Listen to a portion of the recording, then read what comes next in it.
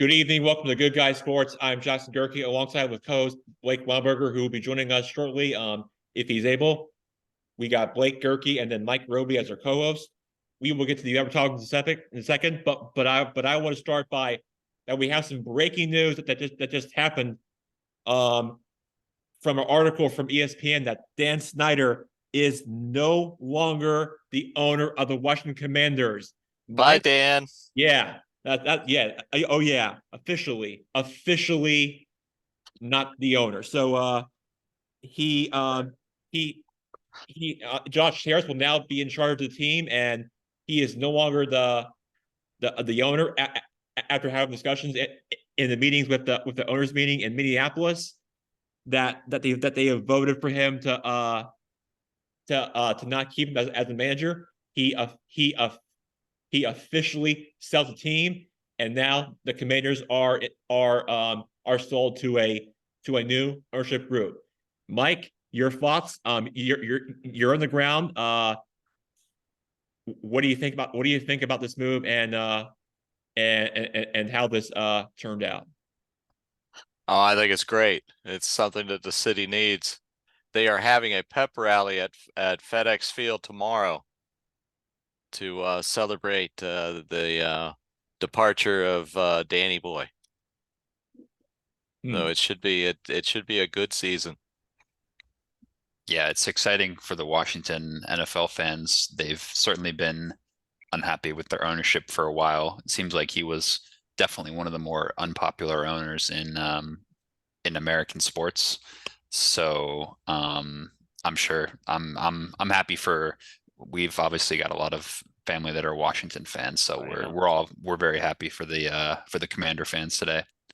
We went from a fan base that sold out every single game to one that there are plentiful tickets available, which I never would have thought would have happened in my lifetime.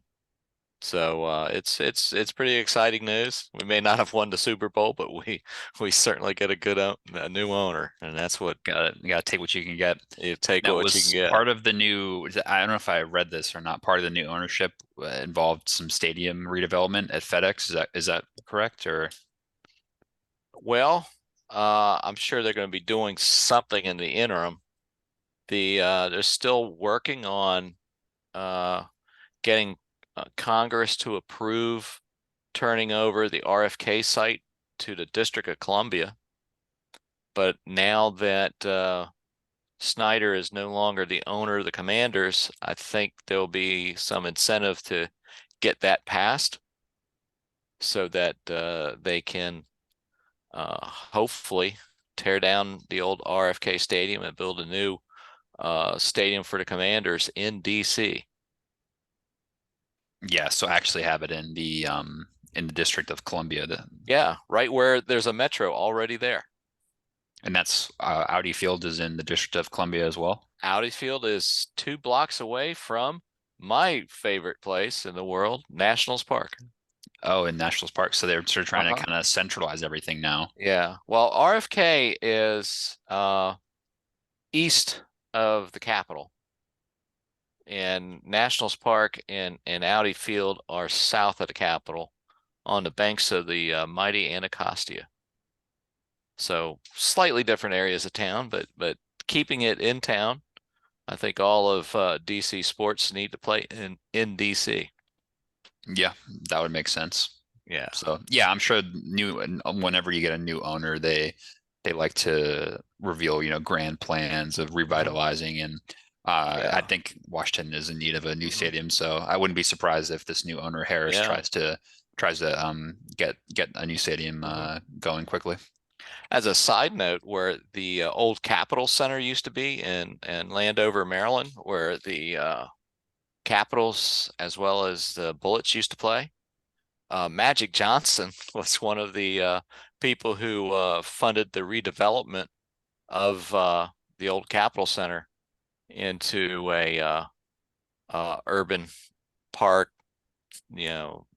restaurants, movie theaters, and such. So that was just a side note because So he's had his hand in DC sports for a he's little while. Well, he's had his hand in redevelopment.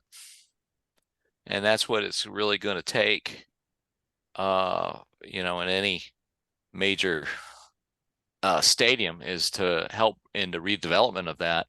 Magic Johnson now having to be a minority owner of the Commanders. So it's an exciting day. Yes, it should be an exciting Yeah, project. yes, it's a great day to be a Commanders fan after hearing that news that just broke about a few minutes ago. And yeah, you should be you should be happy on how the things really turned out for the for the seller of this owner. And I think that you should be you should be very proud of how this investigation and this meeting turned out. Well, optimism is is key now. We now have some hope. Yes. Yes, very optimistic that you guys should be able to get things under control under this new ownership of the team, and and and and have a nice, clean, and safe culture environment, and which finally is going to happen. And I mean, it's about time. We need a better workplace anyway, and this team deserved it. And I'm glad they're able to get done. And you should be happy and think and be excited, like you said. And yeah, yeah, there's more better days to come for all you Commanders fans out there. Yeah. And as soon as the new stadium opens up in DC, I will invite you both up and we'll all go together. Wow, thank you. Yeah, You're welcome.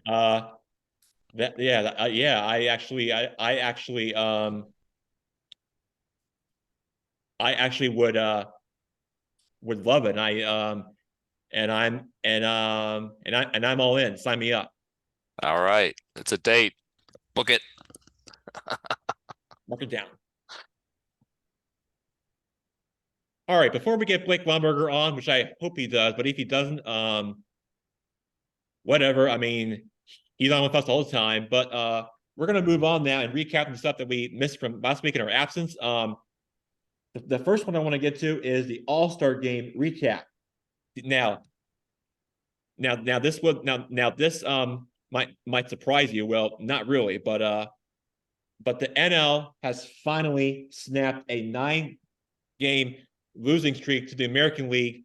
Finally. Yes, about time, since 2012. And LSD from the Rockies won the most valued player MVP.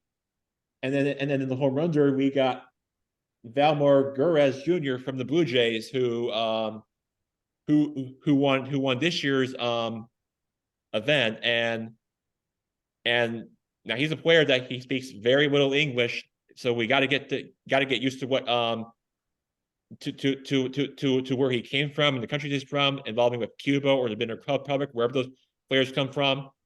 That's something that Major League Baseball always has to get used to, of how they listen to people and how they and the players and the people they get involved with. But yeah, the main storyline. I mean, yeah, the festivities were a lot exciting over there at T-Mobile Park, where it was held at this year, and very nice park with a retractable roof, and that's how it was this year. They used to it was built in 2001. They last hosted there that year, and then before that, they had the Kingdom, where it was a classic dome, and it was one of the most classical All-Star games that was held in that city. And yeah, that was one of the Seattle has one of the most classical All-Star games in memories in history. And I think that Seattle did a great job from being a host and the festivities and the stuff surrounding it. And I think that they deserved it, and I give them a lot of credit. And I think they really put on a great show for this year's event. We got to give a shout out to Julio Rodriguez for hitting 41 in the first round. Yeah. That was exciting. So close. I think he used up his home runs too early, though, right? The competitors that he was going up against just had just had too many firepower. That was the difference, and that's part of the reason why he didn't get it done. So, Yeah. Well, a example of that. yeah, I think two lessons that I observed from the home run derby is one, the pitcher who's ever throwing into the batter, that matters. It's important. That is important. And number two is the home run derby is a marathon. You burn yourself out in the first round, you're not going to have you know. So I think there's going to be a lot more strategy going forward. Definitely. With the participants. I think it's tough for like the people in the first or second round when you're going first, you don't know. It's a really big advantage to go second because you know when this knockout format, you know exactly how many home runs you have to hit. So if Rodriguez was going second in that first round, like there really is no point in hitting 40 unless like it's cool to have like a single round record. Yeah. I don't know exactly how what the format used to be. I think they changed it around a little bit. But yeah, having second place and knowing what your target has to be is a really big advantage in this format. Yeah, I had forgotten that Rodriguez was the first batter. So they're going to keep swinging and swinging because they have to, as opposed to the guy coming in second. He already knows what the count is. He has got to beat, and as soon as he beats it, that's it. It's over. Yeah, you can conserve energy for sure. Yeah, but that was exciting. I enjoyed the home run derby more than the All-Star game. Although it was interesting All-Star game with the players being mic'd up. Although they had, do you enjoy that part of it? Yeah, but they had the pitcher and the batter all mic'd up together, and I was like, well, wait a minute, that doesn't make sense. At the same time, that was pretty doesn't crazy. Make sense. That was crazy. And they even did it when they were like at different first base. They were at different like in first base and second base wherever. They were just mic'd up to talking to the broadcasters, and I just think that makes it fun entertainment for this exhibition game, and I think that's what All-Star games should really be for. You're here to have fun and just have a great time out there. That's how they put on the show for those MLB players turn out for how well those teams play till the very end. Yeah, and I was glad to see that Josiah Gray, the only Nationals representative, had a good inning. Struck out one and had 2 ground outs. So it's like, okay, I was very pleased. I'm very pleased with that.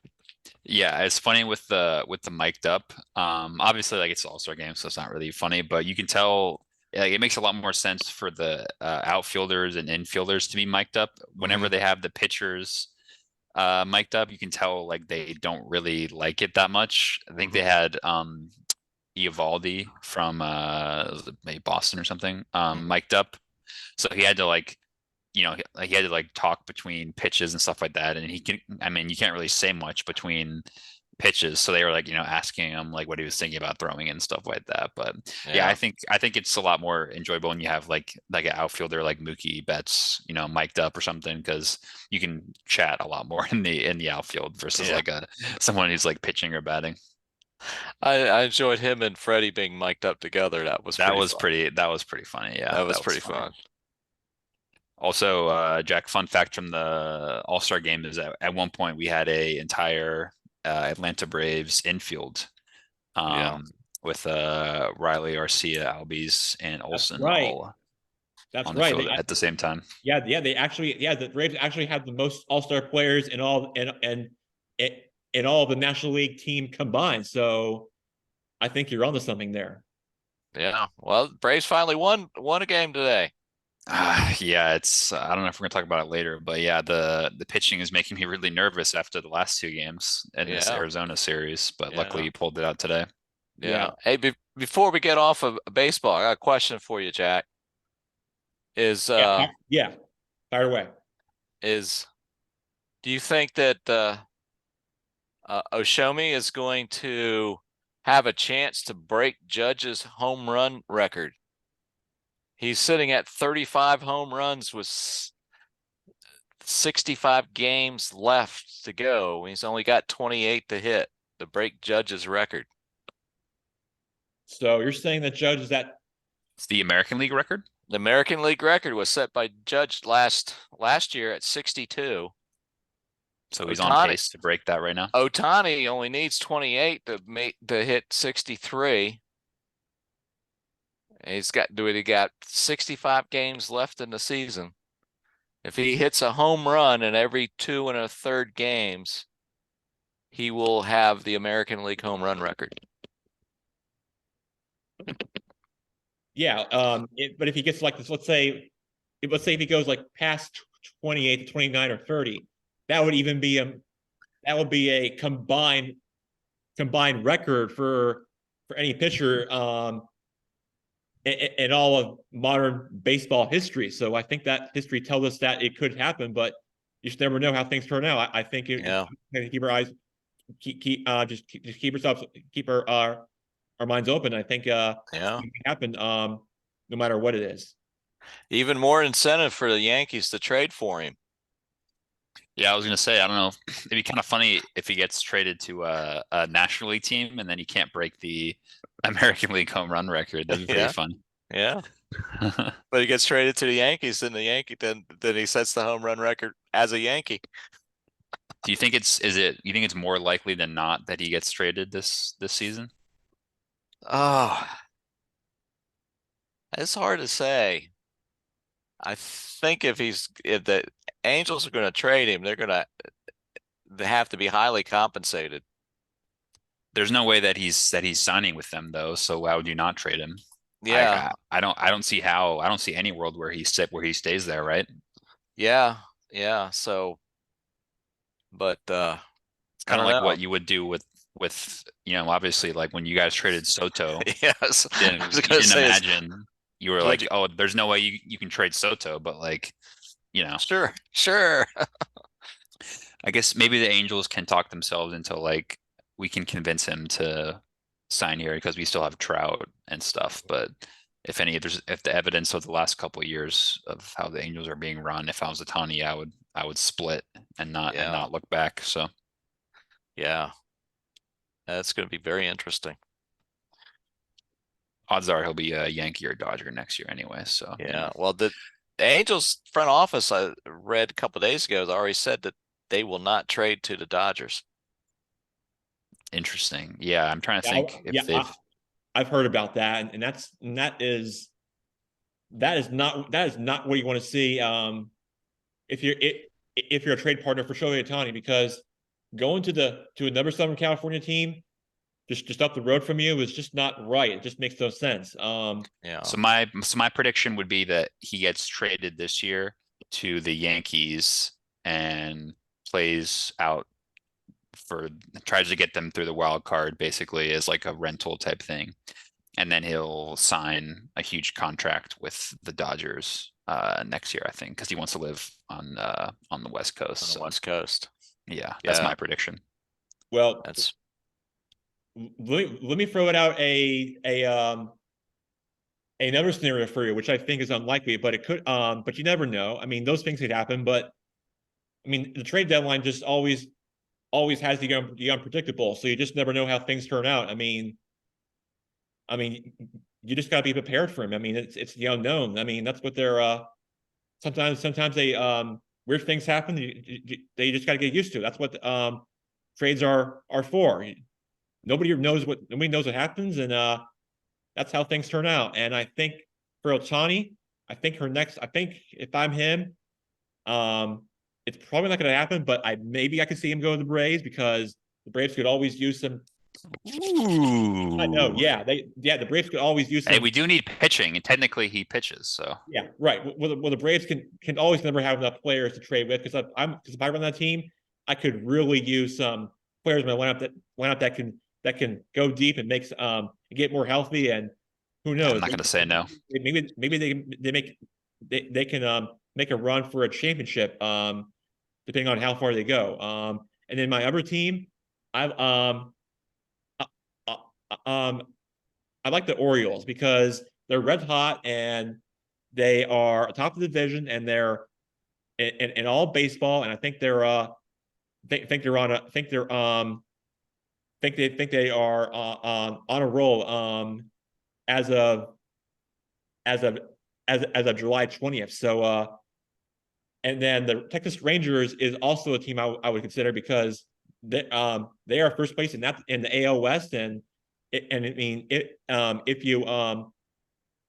if it goes there, then I think they'll be a dangerous club for the postseason and one team that I wouldn't want to face if I'm a opposing player and that's how I see it and I think that's how I think my prediction is going to turn out for Otani and um I um I think that's what I think that's what I think that's where I have him going but if you guys have different opinions then that's fine but I want to get your take on that and you tell me if that's a great destination for him and what do you think about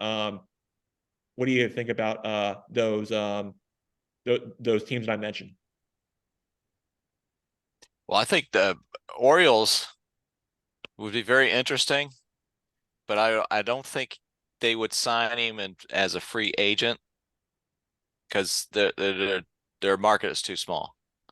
Right. It's got to go to a high market team. I think that Blake's Dodgers pick is probably a good one. He probably would do that I or think stay with the are Yankees. Seattle still in the postseason hunt? Would they be interested in trading for him? I don't know if maybe Yeah. they don't want to trade in their own division, so maybe that's not likely. But I don't know. Yeah. They're kind of Let's having a see. so-so year. They're kind of Yeah. hovering, so they probably wouldn't want to give up too much. Yeah, Seattle is like one game below 500 right now, so I don't see them. Yeah, so it'll probably be the bigger teams then. Yeah, that's Yeah. fair enough. Yeah.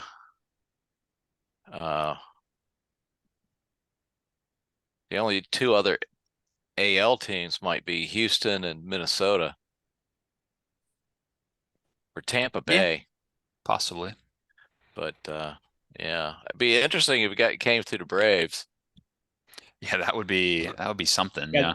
yeah. The Rays is also not a bad pick right there because I mean they were a team that were at first place, but now the Orioles just caught them most recently and but the Rays is not a bad I don't see why Rays is a bad place for the trade him if I was a trade partner with him to play for that team and I think they have a great organization and the team's just pretty good. You got Randy Rosarena who almost won the home run derby and I mean that good of a ball club. They know how to make moves and I think that team just knows what they're doing. But yeah, I don't mind seeing him going to the Rays.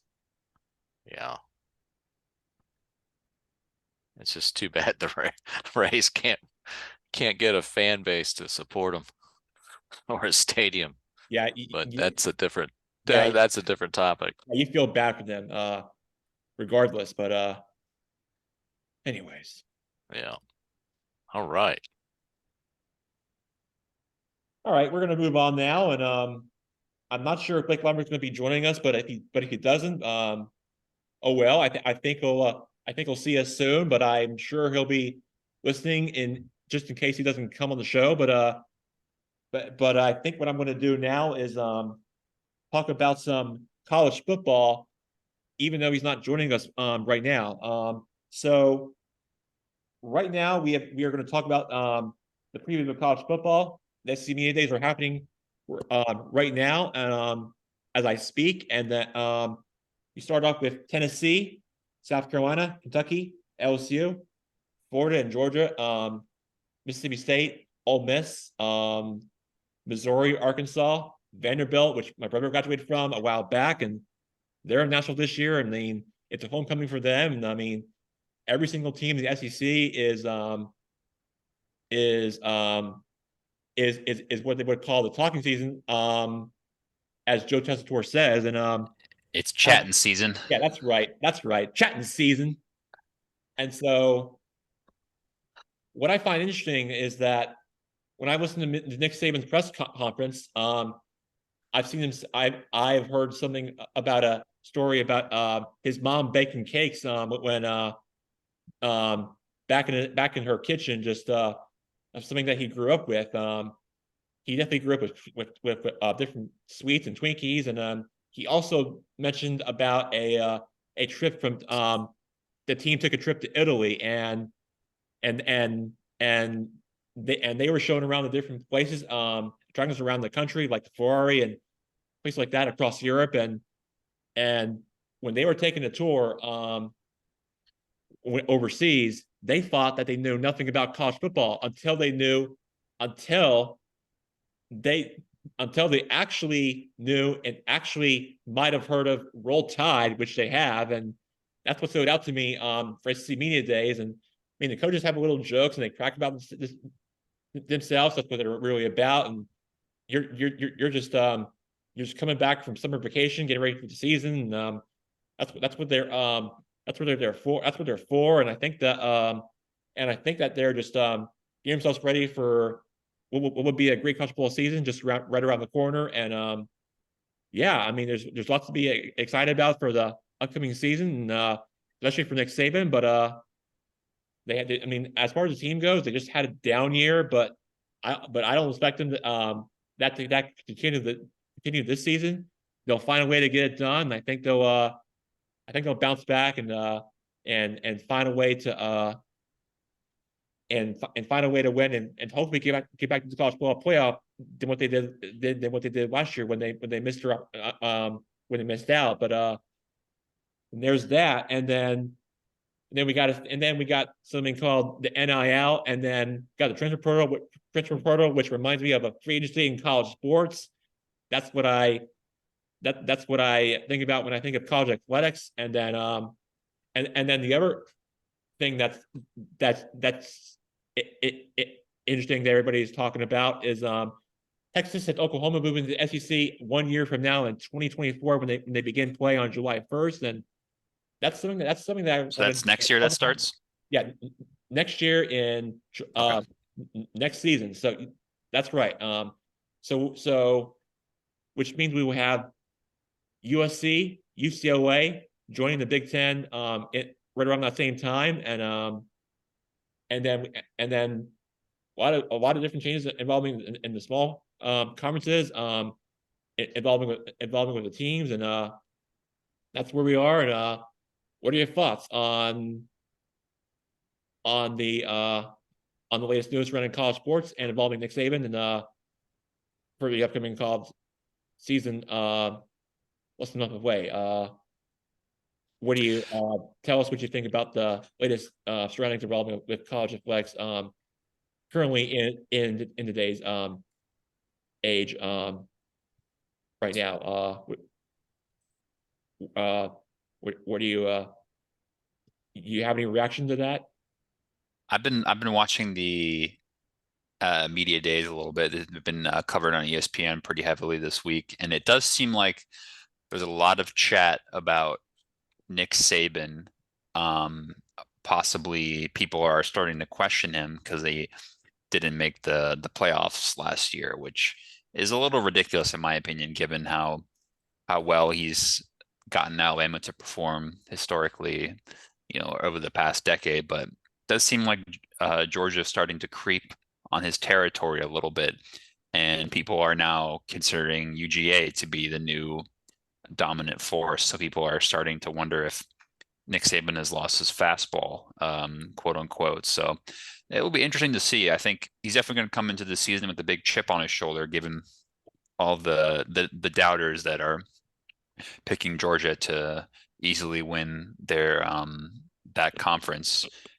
Is there a head-to-head this year, Jack? Am I making that up between UGA and Alabama in the regular season, or is that not true? Or is that I don't think that's true. I mean, I don't think they play this season, but yeah, I don't think it's on the schedule this season compared to last year. But okay, yeah. So I think yeah, and then in terms of the outsiders looking in. I don't think Vanderbilt's going to be in there, unfortunately.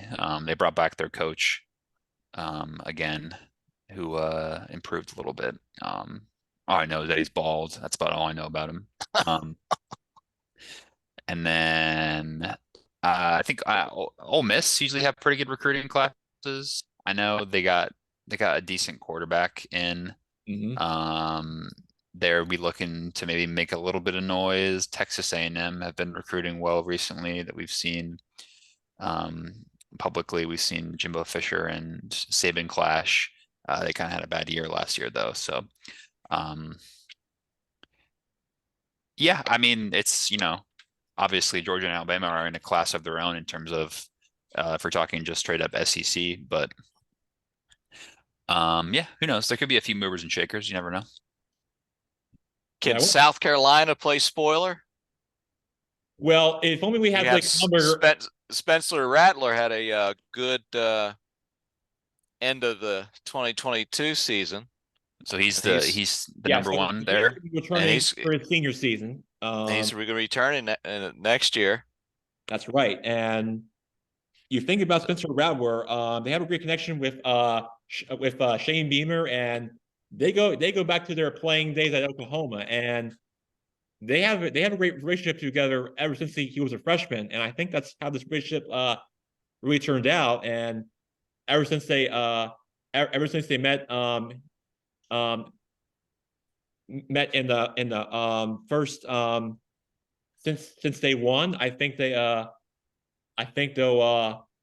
do everything they can and just try to finish off the season that they want to before he declares for the upcoming draft for the NFL. And I think I think Special Masters should have a pretty good season, but the schedule is not very soft. So It never is in the SEC, is it? Keep that, no, yeah, absolutely. You want to keep that in mind. So I think that's something you gotta really pay attention to, because those schedules in the South American Conference, like you said, are not easy. They're very tough, and that's how things turn out in this conference. So it's never going to be easy, but I think they'll find a way. But you're right, it's never going to be easy to find a win for anything, for any school in the Southeastern Conference.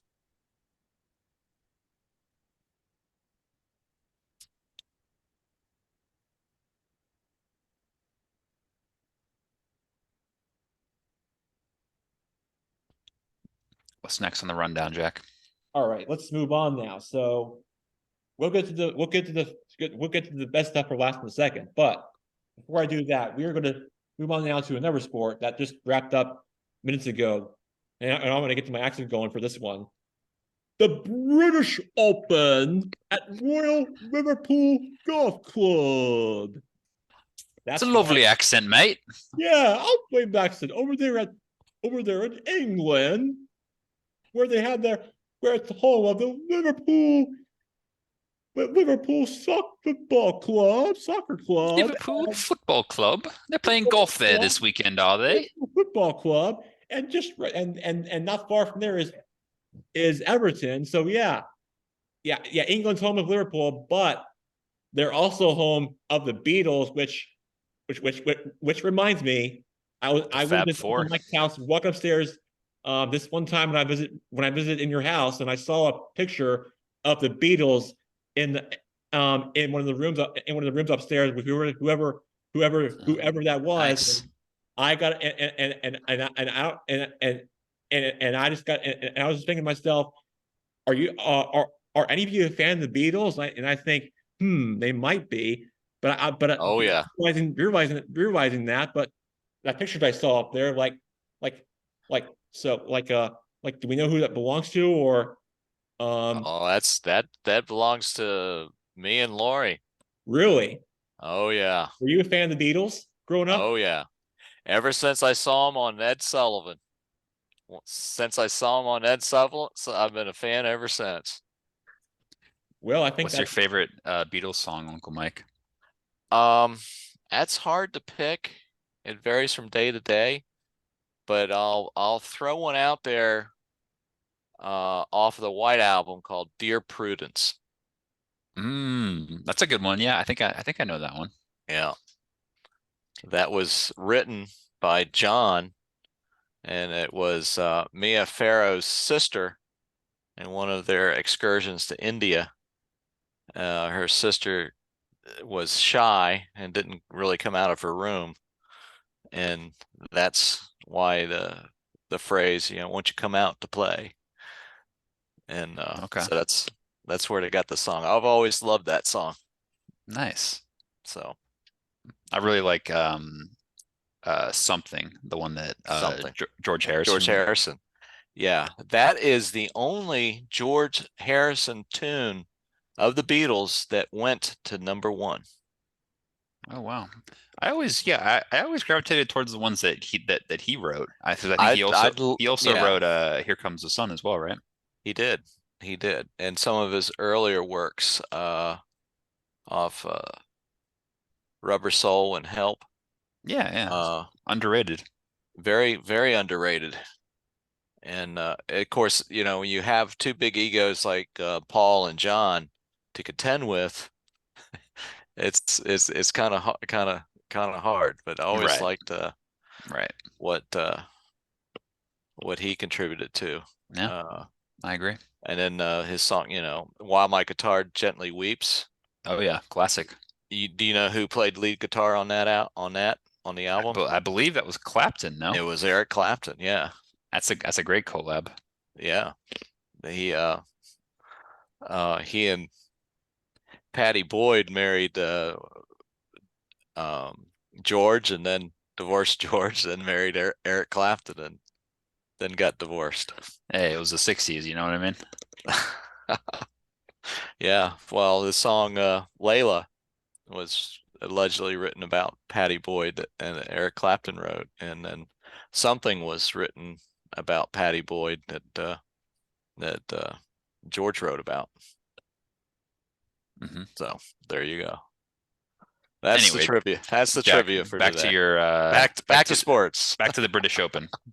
Yep. It's Yep. Liverpool connected, so it's okay.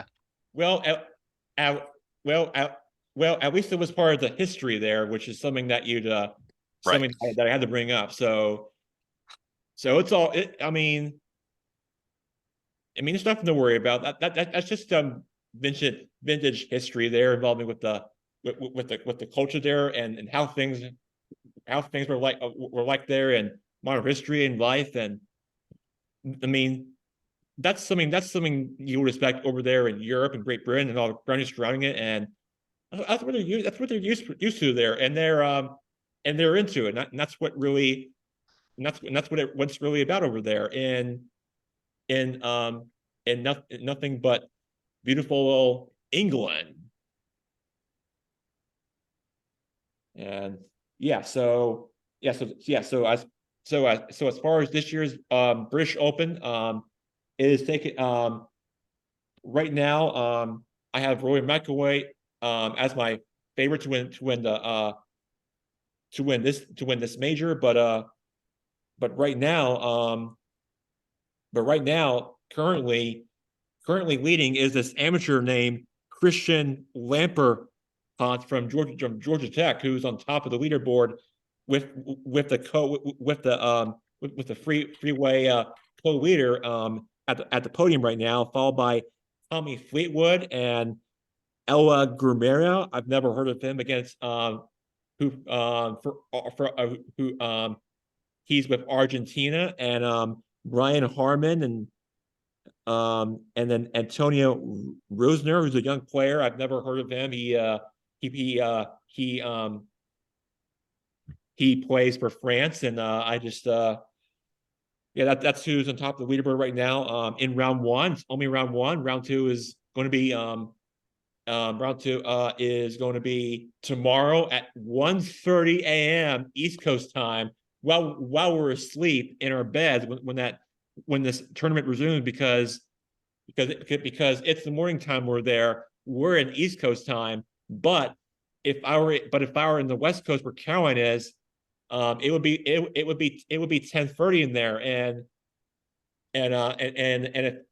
if I were in that time zone, I would be all in tuning in, definitely be staying up for it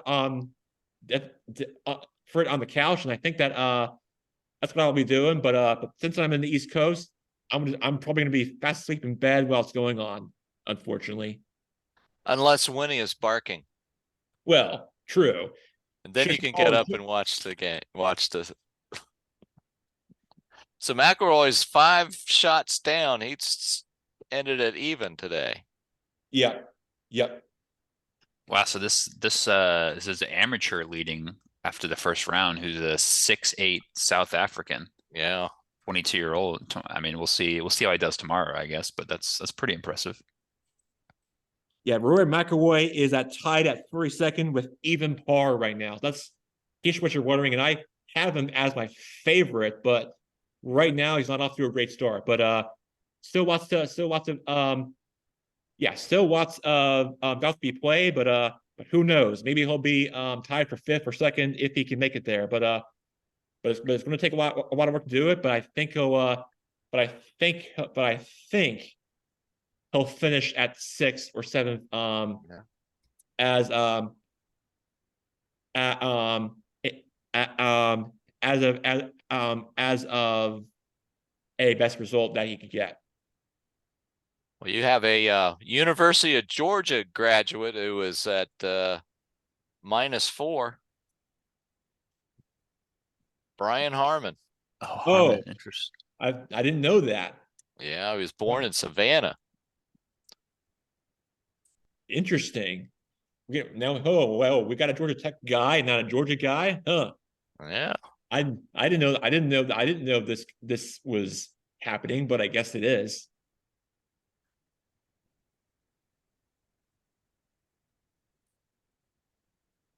That's good to know there for us college guys who have to follow this kind of stuff.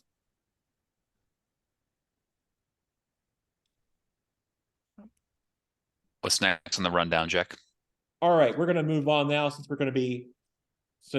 don't want to spend too much time with college athletics or football, so if we don't have Blake Lumberg on right now this week, which I'm pretty sure we don't, but he'll be listening to us if he can't make it, but that's fine. I wish him the best, and I'm sure we'll get him another time, and we'll talk more of that when we have him on the next time. But right now, we are going to be talking about a preview of the Women's World Cup that already happened. It already took place overnight. So here's the current odds that I have: USA, England, Spain, Germany to round out the top 4 as my leaders. So USA is trying to defend and go for its repeat. And when I say repeat, it's really hard to do it in all professional sports. I mean, last time that happened, I think the Lakers did it, the Bulls did it. I think the last time that's happened in modern professional sports history. It's never Yankees. happened in the NFL, but if I recall, that's I think the Islanders did it in the NHL. I think that's also one of them. The 90s Yankees as well, right? Yeah. Yeah. I don't know if anybody did it in Major League Baseball, but Yankees. yes, that's right. The Yankees were the last team that repeated. Unfortunately, in all of and they were the latest Major League Baseball team to repeat as champions. So yeah, that's the only one that I've got that's on my list. But a repeat for the United States for the Women's World Cup, it would be special, but it would also be a possible retirement for Megan Rapinoe and Alex Morgan, and that's the storylines for this World Cup taking place in New Zealand and Australia as the destination. And now there were some tournaments that already took place there overnight while we were fast asleep in bed. I mean, you can always catch the highlights whenever you miss any of it, but which is always there for you on your phones. But yeah, it kicked off late last night, and it's in progress and right now, and it should be a great tournament. But but yeah, they played Vietnam Friday night at 9 o'clock Eastern time. They will play on Fox, if you're going to be able to watch it, I hope you tune in. There's going to be because there's going to be some golf and tennis and well, I mean Wimbledon's over, but we'll get that later. But yeah, the Women's World Cup and the British Open having much at the same time is really a big freezer now sports wise for this year, and yeah, it should be a great World Cup. And if I were to predict, I'm gonna have to. I have the United States advancing. I think Spain and Japan will probably beat Norway in that round. I think is probably how I see it. But if I had to pick my final round prediction, I'm going to have to take the United States taking on the United Kingdom in the final round for my bracket. Who do you have in your bracket?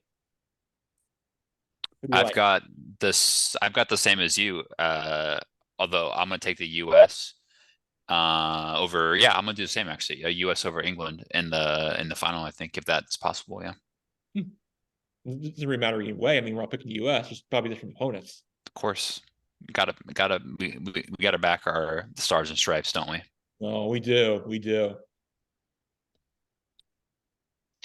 Let's see. I've got to look at the different brackets, but I had US, Germany, and Canada finishing 1, 2, and 3. Now, depending on how their brackets are, that may or may not be possible. Yeah, well, yeah, in case you're wondering, the Philippines are Vietnam and the Philippines are the longest shots that probably to win the title, which I feel like never happens, and it's unlikely and it never works. I mean, yeah, long shots never find a way to win a title, but yeah, I'm with you. I think the U.S. and is definitely the team to beat, and yeah, yeah, I think they'll find a way to try to defend their title, and I think they'll get it done. I agree. We're gonna do a Wimbledon recap, Yeah, so let's talk and then we can about. talk about soccer games as well.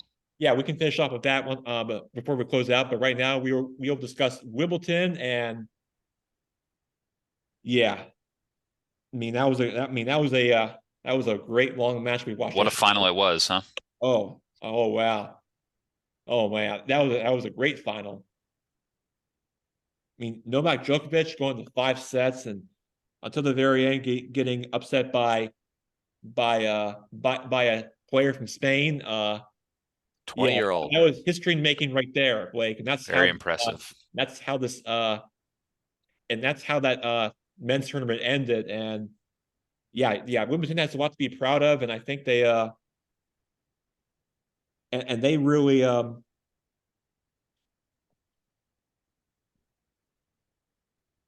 and, and they really and he really does get a lot of credit for what he accomplished, and he finally someone took down Djokovic, and I think it was about time, and um and I just think it and I just think he had to get it done. It was just almost a 5 hour long match, and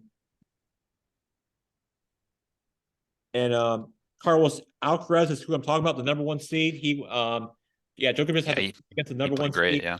and he didn't and he actually got beat by him before at the U.S. Open last year, and it tells you how he has a bit of more success um, than the Joker does. So I think that's part of why I think Alcaraz is going to be the next tennis star. It looks like maybe he's going to go on to win a lot of majors. Yeah, maybe he'll be the next Andy Murray or Roger Next Federer. Who knows? next Nadal, That both way. Spanish, right?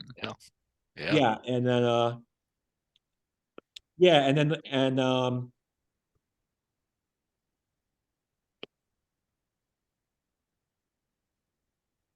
thing I like about Alcaraz is that I like his style of play. I think is pretty unique and fun, where he'll mix in a nice variety of shots. He's got a really good drop shot, where he adds a lot of backspin on it, so it comes and catches the player off guard. So I think he's a unique player he's gonna be around for a while. So I'm looking forward to watching him in the US Open coming up soon. Yeah, and then for the women's bracket, Market Valderez, if I pronounced her name correctly. She's the lady singles None of us can champion for pronounce it, so don't yeah, worry. against Jubar from Turkey, I think, and that's Tunisia. Tunisia. That's right. That's right. And Vondrousova was yes, Czech Republic. yeah, Czech. Yeah, representing Czech Republic, she won this year's women's final, and she won her and she won her first title. I think I think she deserved it, and I think that she really deserved it, and I think that she really worked hard for this, and I think that she and I like that how she finished it out. And but overall, the women's championships, I feel like were a great success, although they were a bunch of rain delays throughout many of the tournament, and we pretty much all that in the world too. So, but overall, it was a great Wimbledon, and it should be a great U.S. Open to look forward to over there in Queens and Flushing Meadows, just right around the corner from Citi Field there, which it always takes place at over there in Queens, and like it always does at the never old and traditional Arthur Ashe Stadium, and it's really a special place, like like Wimbledon is, and it's an event that happens every year, and it should be a great U.S. Open. Lots to look forward to for that tournament to come, but for now, I think the champions will enjoy it, and then to the U.S. Open. I think the U.S. Open has more players to be crowned yet to come. Yeah, should be a good tournament. Yeah. Yep. Absolutely. So is pickleball gonna ever be a Olympic sport? That's a great question. Well, if it keeps getting more and more popular like it is right now, it wouldn't surprise me. A lot of people are playing it, so you never know. Just thought I'd throw it out there. If Mary Ellen is listening, we would tell her all about that, because I'm waiting to get her on the show, but because she would tell you all about how pickleball was invented and how it got started, and she can pretty much talk to you all day how she's a pro at it, and I think it would be a great competition for you and Uncle Mike and us, and we'd be all in it. That sounds good. Hey, I want to get back to the Women's World Cup just for a brief minute. So I think this is the first year they are doing the virtual assistant referee in the Women's World Cup. You got the VAR in there, yeah. They got the VAR in there, which they've done in the Premier League and some of the other leagues, but this is the first time they have it at the Women's World Cup. Yeah, I think they first introduced VAR at the 2018 Men's World Cup, and it seemed to do pretty well. And then they slowly rolled it into a lot of the major European leagues and MLS and stuff like that. So I'm all for it. Yeah, unlike, I guess, when they do the replays in Major League Baseball, the soccer ref on the field does not necessarily have to go along with what the VAR says. Correct. Yeah. Usually, I think in some cases for offsides, he'll just have somebody in his ear telling him Yeah. And so he can just tell everyone to wait, and then he'll have the person in the air confirm it or rule it out. Yeah. And then in some cases where it's a bit more 50-50 for like a foul or like a red card or something, then he'll go to like a little screen on the side of the field and make a decision based on what he sees like that. So it's a good system. I think there's something to be learned from that from other sports. I think the NFL does that where they have a little screen for replays, I believe. Yeah. On the side of the field. So I think there's definitely something to be learned there from other major leagues. Yeah. Jack, you want me to do should I do a quick recap of the game last night that I went to before we wrap up? Sure. I love to hear your experience, and we love to hear you all about it because I actually want to jump in after you because I want to tell Uncle Mike what I did last night too. But go right ahead. Tell us all about it and what it was like and and your experience. Yes, so as you can tell from my shirt, I went to the Chelsea versus Wrexham preseason game at Keenan Memorial Stadium, which is the college football stadium for UNC, Chapel Hill. So it was a very, very fun time. Lots of fans in attendance. The announced attendance was 50,000, which is pretty big deal. It was, I have to say, for the size of the stadium, it was really packed in there. Like all the hallways and concourse and stuff that were flooded with people. You could like barely walk around. There were so many people walking around. People were really excited. A good mixture of Chelsea fans. There were some people supporting Wrexham because of, for people that don't know, it was the club that got bought by Ryan Reynolds, and then they made a documentary series on Hulu about it. So a lot of people watched the documentary and decided to become a fan of Wrexham. So there's a good number of fans there from Wrexham, and then people just wearing other teams and stuff like that, jerseys and stuff. So soccer fans in general, but very fun time, packed house, good time. Chelsea ended up beating them pretty badly, but all in all, it was a very fun evening. Similar result actually to the game in DC with the MLS All-Stars. Yeah. Arsenal put a beating on the All-Stars from MLS as well. Yeah, I was going to say because I was actually watching both games because I wish we had one of those like TV providers where they had like a multi-screen so we can like watch both games at once, which we didn't. So I watched it like on my phone and on the TV at the same time because the All-Star game was happening at the same time while you were at your game.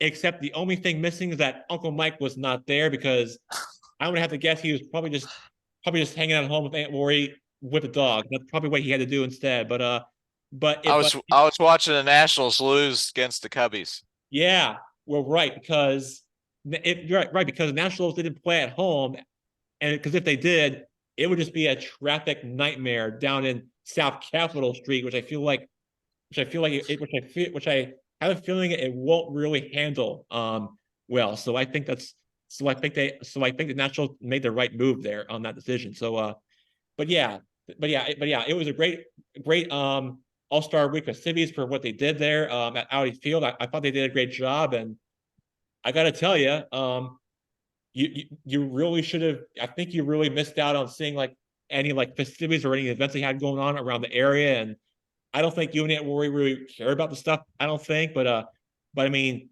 maybe I don't know. Maybe the grandkids were really being that kind of stuff, but I don't. I mean, I don't think they are. But I mean, if you ever part of like the fanfare stuff and the contest they had the night before and then actual game and we didn't see any of the action live, but it was all over the news. The day before, or maybe it was Monday, Arsenal was practicing at George Mason University. While the very cool. The MLS All-Stars were practicing on the National Mall. I saw that. Yeah, I saw that. Yeah, that was interesting. I did too, and yeah, they were actually doing like different like festivities on there too, and with the fans and doing like some like I don't know, some like community work, whatever they were doing over there. Doing like some charity work, whatever the for like Well, they're playing soccer tennis. They had a net and they were kicking the ball over the net and back and forth, sort of like playing volleyball or tennis, but only using your feet and head. Yeah, I've seen highlights of that, and yeah, they had like something like yeah, so They had the skills contests at Audi Field where you would kick the ball into a target, and they had this one skill where it looked like a skeet ball, and you kick yeah, the I've seen ball and go into a hole, almost like Top Golf. yeah, Yep. or skee ball at Chuck E. Cheese, which is Exactly. a throwback Chuck E. for my team. Cheese. Chuck Yeah. E. Cheese. The old cheddar man himself. Yeah. That's what it reminded me of because I always enjoyed that when I was a kid, and that just brings me back so many memories. Yeah, the little rat. Very funny. Very funny. Yeah.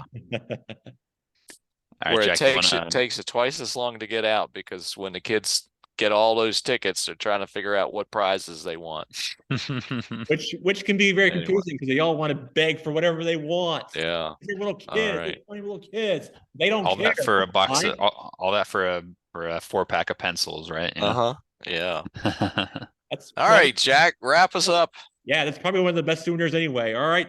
Well, Blake Lumber did not make appearance this time, but Blake, if you are listening, we'd love to have you back on for our college football preview and stop in comments and if I'm with Got plenty of time till football season, right? right. Yeah. But I hope you're right. But I hope that Blake Lumber comes back on because he's a South Carolina alum. We are both alums, and I hope that we have him back on soon. But I mean, I tried, but there's always next time, like you said. But yeah, there's always plenty of time until the first week of the season. But yeah, but yeah.